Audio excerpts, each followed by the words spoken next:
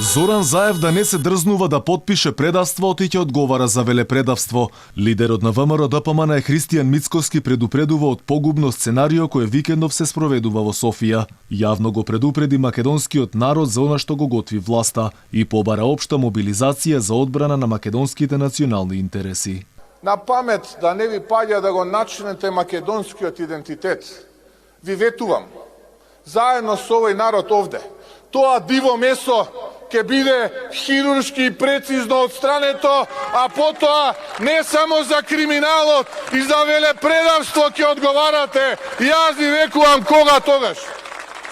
Имам информација дека овој викенд се распарчува Македонија во Софија и се преговара за иднината на нашиот идентитет. Да не дозволиме и од утре внимателно да ја блокираме Македонија секој нареден ден.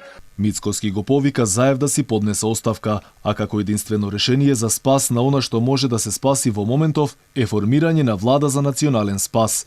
Им порача на властите во Софија дека се излажале ако мислат дека со квинслишка власт ќе го остварат она што го наумиле. Ниту оваа квинслишка влада, од нашата колективна меморија, од нашите срца, ќе избрише улогата, ликот и делото на Даме, на Гоце, на Питу, на Хаџи на Хаџи Николов.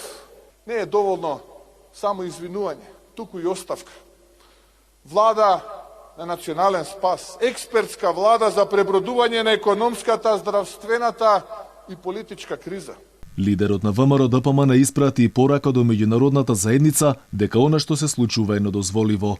Побара поддршка за да покажеме како достоинствено со знаење, умешност и посветеност можеме да го изодиме патот кон Европската Унија. Немојте да дозволите некои политичари од земја членка наместо политики на иднина да шират политики од средниот век, ревизионистички политики, хегемонски политики на големи држави и нации.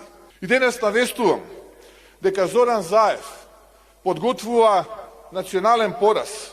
Доста беше со предавство и распродажба на Македонија. Проблемот е само дома, не е ниту во Бугарија, ниту во Грција, ниту пак во Европската Унија. Туку проблемот е во Заев кој оди контра нас, рече Живко Јанкуловски од Подем. Морате да ја блокирате работата во собранието, се со цел да се спречи ова што ни се спрема за да се уништи Македонија, за да се уништи се што е македонско. Ајде ги повикувам сите и политички партии, меѓутоа и граѓани поединечно да се придружат на ова обединување.